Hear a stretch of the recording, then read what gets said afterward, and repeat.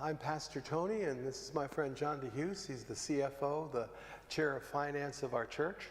And we'd like to talk with you a little bit today. We know that you're a person that loves Montgomery United Methodist Church, and we'd like to share a little bit about our vision with you.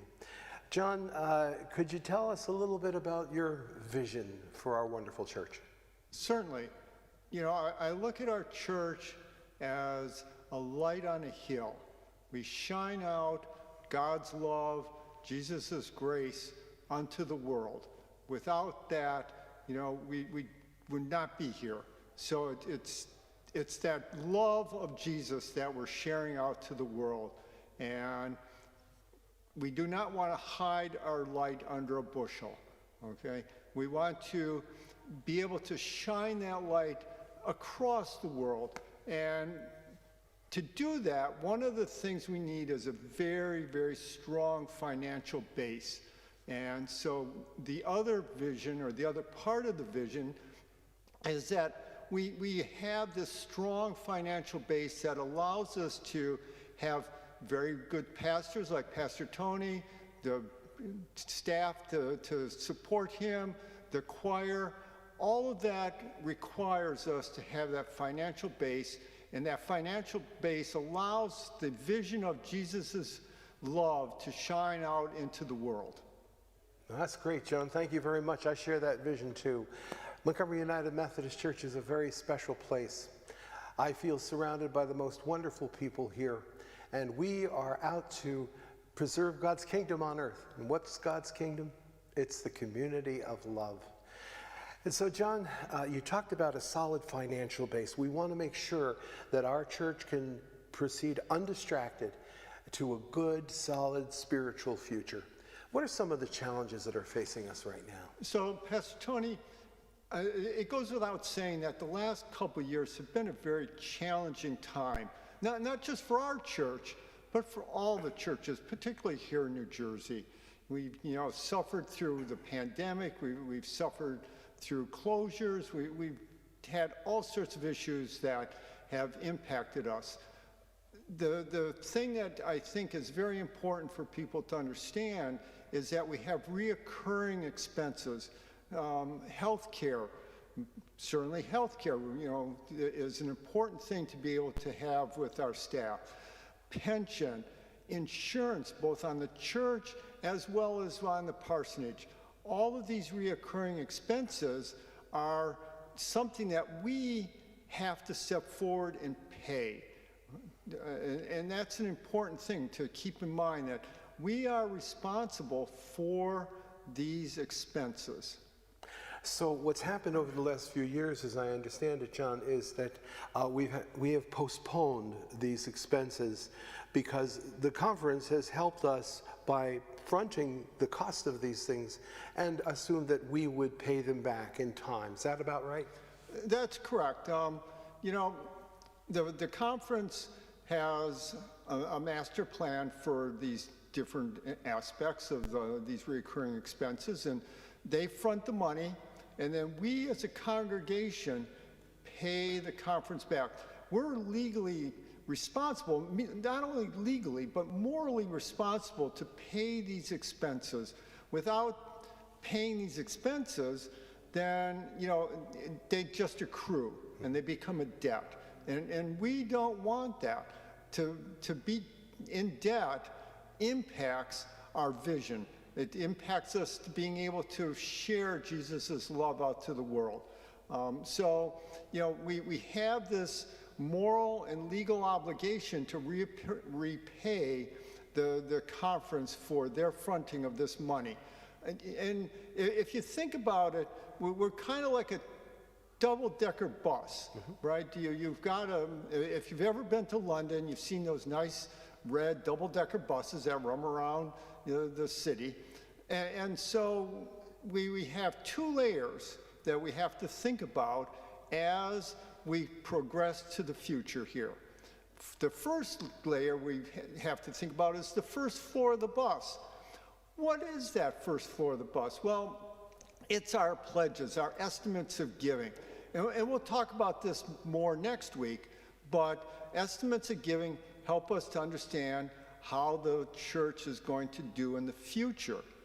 The second level of the bus, though, is much more immediate, and that is our current responsibilities, our current moral obligations to the conference.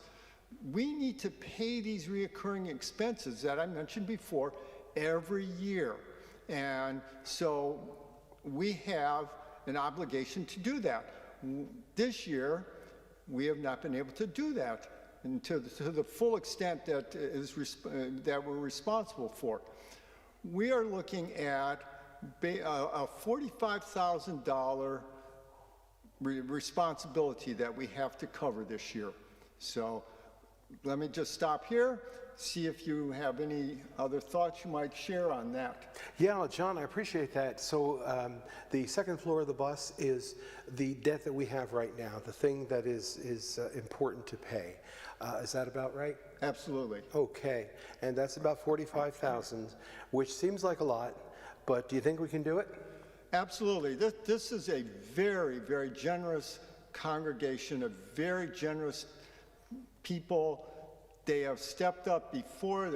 I'm sure that they will step up now. I'm sure they'll step up in the future. I have no qualms in saying that we're going to make this.